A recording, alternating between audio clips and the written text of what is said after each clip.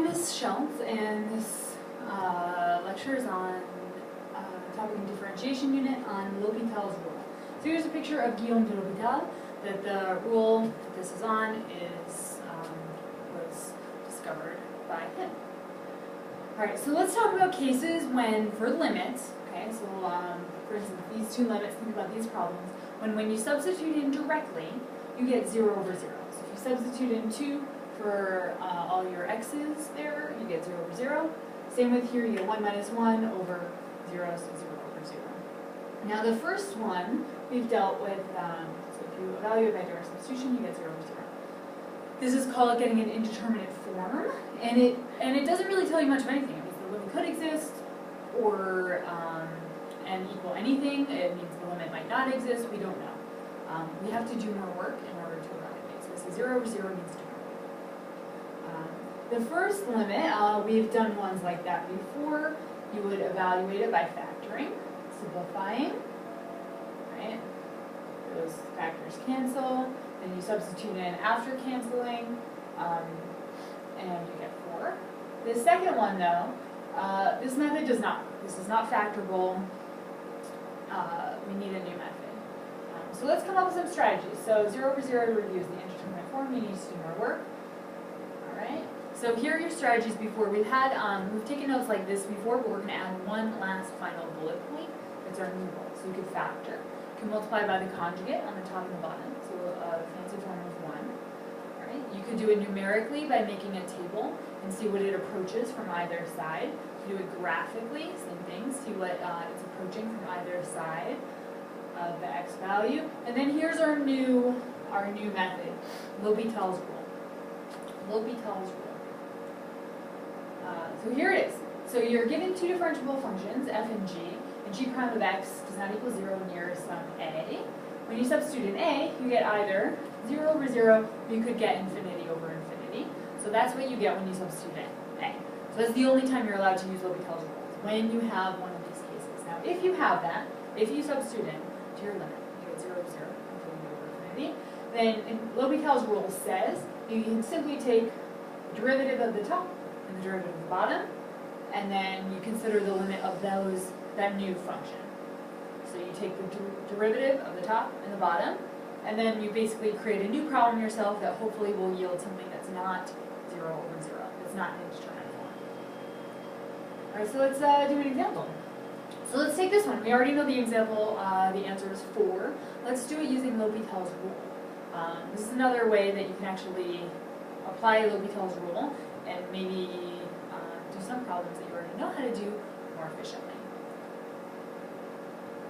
So take the derivative of the top and the derivative of the bottom. That's what it says. So the derivative of x squared minus 4 is 2x. The derivative of the bottom is 1. Now, this is my new problem. How do I solve this? I substitute in. 4 over 1 is 4. Just checking things here. Everything's good. Great. So let's do this one. So take a second and apply L'Hopital's rule to this. So you're going to take the derivative of the top and the derivative of the bottom. Then you get a new problem and substitute in 0 and see what you get. All right, pause the video. Take a sec. Alright, so the derivative of the numerator is sine, so it's a negative sign, and the derivative of the denominator is 1 plus 2x. Substitute in 0, you get 0 over 1, which is in fact 0. That's your final answer. Alrighty, so on the other hand, just to note that you can, as long as you get 0 over 0, you can actually apply L'Hopital's rule as many times as necessary. So let's take this guy. Whew. So this looks kind of like yucky, if you will. Substitute in, take a sec, substitute in mentally, see what you get. Alright, when we substitute in, we get 0 over 0. Alright, so now we know we can apply L'Hopital's rule. So I'm going to have to take the derivative of the numerator and the derivative of the denominator. So rewrite it in order to prep taking the derivative. Great. So basically I rewrote my square root as a half. Now take a sec, take the derivative of both the top and the bottom. And pause the video. Alright, hopefully you did that. So this is what this looks like. When you substitute in here, right? Even if you don't rewrite this, 1 to the anything, so when you substitute in 0, right? So you took the derivative at the top and the bottom, now you have a new problem you substitute in. When you substitute in 0, 1 to the anything, even if you don't rewrite this, 1 to the anything is 1. So you have a half minus a half on top, 0, 0 on the bottom, okay? So L'Hopital's rule actually did not help us in this case, but it is going to help us because I can take this, as long as I get 0 over 0, I can keep on reapplying L'Hopital's rule as many times as I want. We'll go ahead now, take this problem, and apply L'Hopital's rule. That is to say, take the derivative of the top and the derivative of the bottom, both, go to. All right, pause the video, and see if you can finish the whole thing.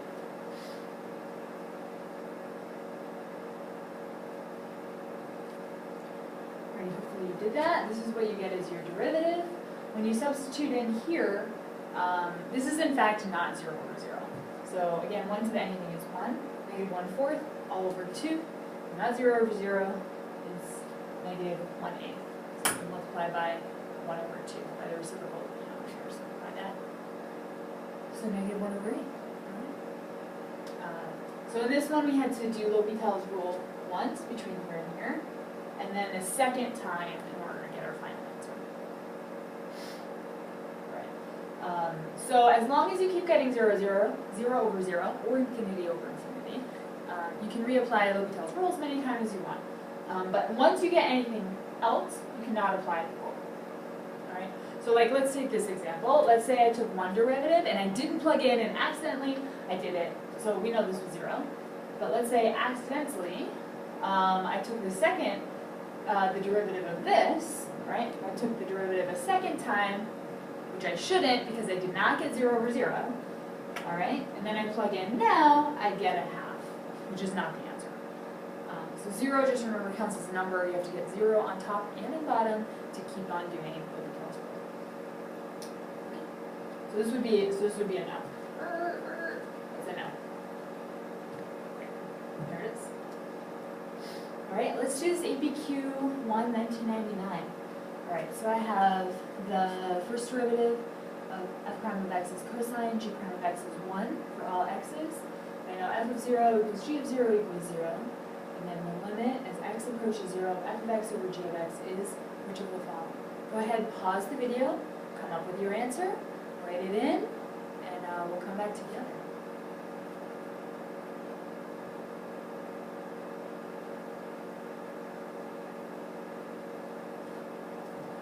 Right? So when you substitute it directly, you get 0 over 0. So I'm going to take limit as x approaches 0, f prime of x over g prime of x, which is f prime is cosine.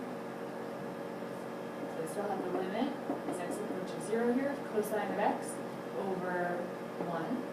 I substitute in 0, cosine of 0 is 1 over 1, which is 1.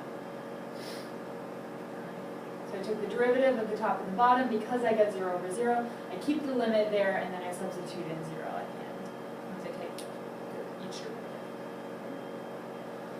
Alright, do this one, right?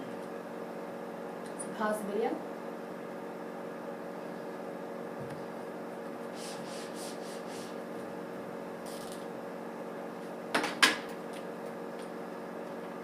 Let's come back together. So when you substitute in, you get 1 minus 1, so 1 minus 1 over 0, so 0 over 0. So you can, in fact, apply L'Hopital's rule. So let's take the derivative of the numerator. So the derivative of 1, 0, the derivative of cosine, negative sine, so we get sine theta over this one. Limit is theta to 0, I'm going to keep writing that. So this, I'll rewrite as 2 sine theta all squared. What rule, think about what rule we have to use to apply to the derivatives. You'd have to use the chain rule. Because this derivative, the inside, is, it's not just 1. So 4 sine to the first theta times its derivative, which is cosine. So now looking at this, you should see that something simplifies. There's a form of 1 that cancels out. So 1 over 4 cosine theta, and When you substitute in 0 now, cosine of 0 is 1. So 1, 0, final answer. So this one we had to combine two different scales, L'Hopital's rule and canceling. All right, take a look at this one. All right, I'll read it. Let f and g be functions that are differentiable for all real numbers, with g of x not equal to 0 for x not equal to 0. All right, so I know that the limit of these two things is x equals 0 at 0, and I know that this exists. Then this is which of the following? Pause the video and come up with the answer.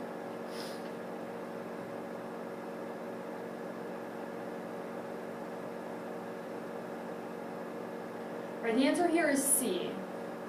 The answer here is C. This is just this is like really the definition of L'Hopital's rule. Because both of these are 0, if you were to try to find this limit directly, you plug in f of 0 is 0, g of 0 is 0, okay, so you get 0 over 0, and then since you get that, you're allowed to apply L'Hopital's rule, so that means that this limit equals that based on L'Hopital's rule.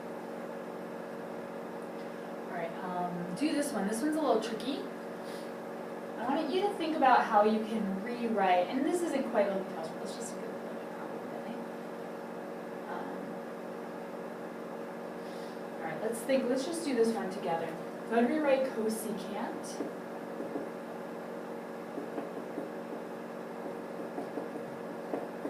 I'd rewrite cosecant as 1 over sine x. Actually, well, you don't even really need to do that. Want to take a sec, try to figure it out? I think you can do it. This aside. And the big thing is here when you substitute 0, you get 1 to the 1 over 0, but even 1, so it's kind of like 1 to the infinity, which is 1. Oh, that's not right, which is v. Is that right? Maybe we'll talk about this one in class.